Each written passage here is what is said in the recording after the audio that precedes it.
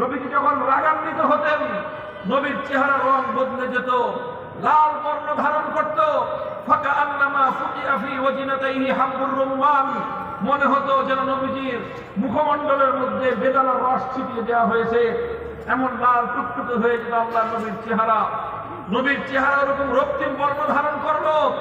নবীজি ধমক দিলেন উসামাকে, আতাশফাউ ফি হাদ্দিন মিন হুদুদিল্লাহ, উসামা তোমার এত বড় দুঃসাহস, এখন আমি আল্লাহর কোরআনের বিধান বাস্তবায়ন করব, আল্লাহর হুকুম বাস্তবায়ন করব, সেই সময়ে তুমি বাধা দিতে তদবির করার জন্য এসেছো। খবরদার, হুঁশিয়ার করে দেই তোমাকে, ভবিষ্যতে আর কোনোদিন এই ধরনের কোনো কথা নিয়ে তদবির নিয়ে আমার কাছে আসবে না।